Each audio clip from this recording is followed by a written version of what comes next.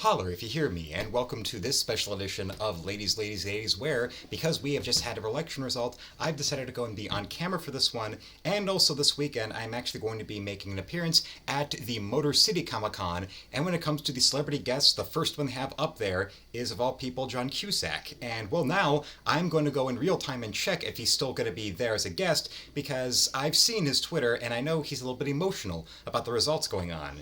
It used to be that people ostracized those like, Dave Sim in the comic book world for his famous article that he put in an issue of his comic Cerebus the Aardvark, where he talked about how flawed and how self-important and how destructive to the world that feminism is. And one of them he mentioned was about the difference between, a traditional man and a traditional woman is women being emotion-based and chasing the ball makes them happy and going after infantile impulses like that. And people that have been rallying against Dave Sim ever since he wrote that in that issue, Cerebus the Aardvark, are really going out of the way to show that he was absolutely true in everything he had to say about that. Because if you've taken one good look at a Facebook, at a Twitter, or an Instagram post of people that are so far left that replace a personal identity with their personal politics or a rehearsed sexual preference or a skin color, they're all having one massive nervous breakdown. People like Razorfist warned that should the election not go the way of the Democratic Party, you would see a Herculean mental health crisis from people that have been so dedicated to buying the swill that Rachel Maddow or Jon Stewart sells them, that they're going to have no real reason to live. They're going to be the reason, well, it's not really that Randy Newman was singing about short people. He should have been singing about woke people.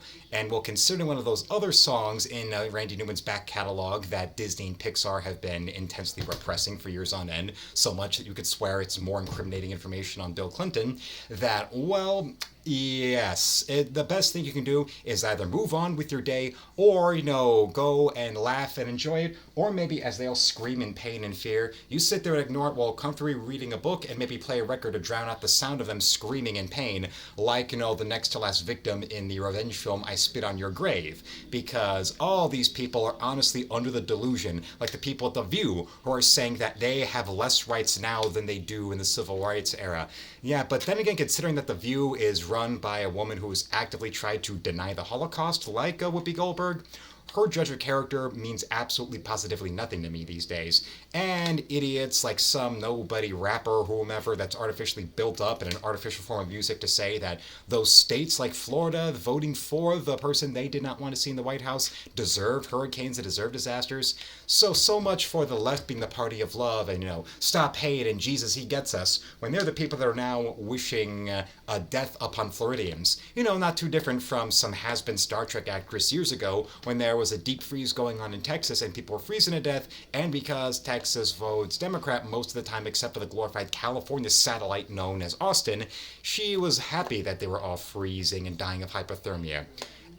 Well, maybe that's a reason why that woman deserved to have her acting career outside of Star Trek peak, with being a British actress of Greek descent playing a Latina who's getting assaulted like she's told Harvey Weinstein or Patton Oswalt no in Death Wish 3.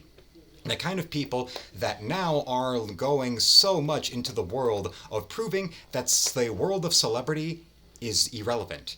Whether it's Eminem, whether it's Taylor Swift, or the fact that for all the celebration of Eminem and how he was supposed to be so defiant, well then why is it that he always had a major record label behind him? Why is it that we do not acknowledge how he went from being refusing to accept his Oscar at the same Academy Awards where U2 performed to try because they were nominated that year, and I'm wondering if Bono's actually going to keep his word about driving his car into a river since, well, as somebody who shamefully knows U2 songs beyond their big hits, I'll say this to Bono, well, if you're actually going to keep your word, it takes seconds to say goodbye. Say goodbye, oh. Say my love, where you going tonight? Well, Eminem went from defiantly refusing to even go to the Oscars to accept his reward and had a friend of his who showed up in a trench coat with a Pistons jersey and Mardi Gras beads. Now suddenly, decades later, there he is performing Lose Yourself at the Oscars because now he's no different from being part of the system. So talk about how the world of celebrity, well, Hollywood has been telling on themselves for years about celebrity culture and reaching that brass ring and Hollywood, in music, wherever, is a hollow victory that is at the expense of your soul. So maybe there is just a reason why we should not be paying attention to the traditional celebrity anymore. Maybe that's why the world of the mainstream of news or of all that deserves to be sublimated by the world of podcasting, by YouTubers, by all of those situations. Because if you in your world where you're supposed to be tolerant, you're supposed to be all about love and tolerance and all that, and yet you're publicly demanding death upon people like that, or you think that calling yourself what people know you're gonna be because of your fallow womb and your shallow egomania, Taylor Swift, we know you're gonna be a cat lady, because to you, relationships are celebrity endorsement deals, like what you've got with old Travis Kelce, and eventually that's gonna wear out. The NFL's gonna stop rigging games for the Kansas City Chiefs in the way that the California desperately tries to rig all their elections, but hey, that's a little something we all already knew about ahead of time, but it's still a fun thing to remind you of. And well, Taylor, let's just say eventually when you start visibly aging and when you're all alone like that and all of that mountain of money and all those fans you've got are going to be all for nothing. It's going to be nothing. All of that's not going to follow you into the grave. Unless you're one of those that believes in the creation myths and the mythology and the deities of Egyptian mythology, like, some pharaoh who went and got buried with all of his wealth and all of his treasures and even all of his slaves.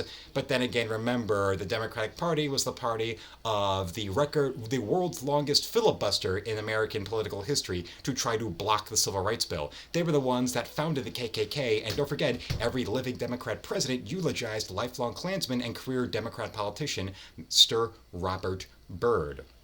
And don't forget about Democrat President Woodrow Wilson was the one who praised the birth of a nation, screened it at the White House, and said it was like writing history with lightning. So take a look at the actual records of the truth is the truth. There is no this truth or my truth. No. If you've watched any bit of the X-Files, you know there is just the truth. And the truth is out there. We saw it in the election results where it wasn't just a matter of who was voting where in what kind of state that had this many electoral college points or not. It was a matter of the popular vote came with you. So for all of you having these celebrities and these talk shows and these terrible comic books and these movies all desperately trying to brainwash people into voting all left all the time, you now have gotten a very rude awakening that America is not California. America is not Manhattan. I thank my Lord and Savior every day with that. So maybe you should stop going with Eminem or Taylor Swift and go with God, or, I don't know, go with Gary Busey. He seems to be connected to Jesus in some form or another, keeps on talking about him all the time, except he sort of sounds like he might actually know what he's talking about, on like Cardi B or Eminem or John Cusack or Taylor Swift or Jimmy Kimmel or John Oliver or Seth Meyers or Stephen Colbert or Jon Stewart. All of them to whom cannot function without 50 writers and a teleprompter in their face all the time, and that want to say that Christian conservatives are just brainwashed and stupid and can't do anything without the Bible and they should go and read more than one book. Well, people like you should actually go and try to read a book that isn't being put in California school libraries to try and groom kids. Maybe then you might understand why for all the people who scream about empathy all the time, you have no ability to see anything more than 2 inches past your own reflection. Why your obsession with needing to see yourself be represented on screen is just a pretentious way of validating your narcissism, of needing to constantly walk around and see everything is about you all the time. But as you saw right now in this election, the world is not about you, Hollywood. The world is not about you, career politicians. And, well, I would say the world of big business, they all did everything they could to stop this real estate tycoon from getting into the world of DC again. But, well, they're also going to angrily resent that, well, the stock market's doing well because the whole damn global economy is going to know that not having bite inflation is going to do far, far better for business. And if you thought Argentina was doing well with the barn burning, ripping away all the government bodies and rents in Argentina going down and their dollar value going up, my God, if you thought Eva Perón and her husband were big figures for building up the people of Argentina, just take a look at that man down there and look at the man that we've got up here, to the point where, just to make Madonna even angrier, that our 47th president started singing Don't Cry for Me, Argentina, right as he maybe did some diplomatic appearance down there in that land. Well, let's just say from the being part of the South American cesspool of political socialist tyrants that all those Joy Reid types incessantly try to defend and gloat, while they were all proven to be violent homophobes and active racists like Che Guevara, and how you have to put up with the word of idiots like the band Rage Against the Machine, who are all a bunch of Ivy League educated trust fund babies trying to tell you about fighting for the people, working for the people, and putting active racist and homophobe Che Guevara on all their album covers. Che Guevara, whose journals alone, if you can find an English translation of them, talk about the socialist revolution doing for the black man what it's always done, nothing. Or all being all for those anti-gay prison labor camps that they had in communist Cuba. And if you want that, you want a first-hand for a memoir of that, just read Before Night Falls, where the openly gay poet that wrote that memoir was horrifically beaten and tortured and abused in an anti-gay prison labor camp in Cuba as old Castro rose up to power. So trust me, there is the world as the left sees it, and then there's the world as it actually is. And now you all are getting a nice good taste of their salt as they can't stop crying. And well, their salt is our seasoning for our meals, and since, well, not pretty soon we're going to be able to actually afford a nice good steak or maybe a salmon if you're a pescatarian, you're going to be able to go and enjoy that with all the seasoning you would ever want. And that's not my opinion, I know I'm right. So I thank you for watching. Subscribe so my channel hits 10,000 subs. Don't forget to become a channel member today and shop my art store at the second link below, where you can buy my art or commission me. You can donate to me in the store to support me directly, or you can buy or commission me from outside of America if you want to make your payment as a donation, with another donation for the international shipping and handling fee. So until then, felines, slam it, lick it, suck it, and see you, Space Cowboy.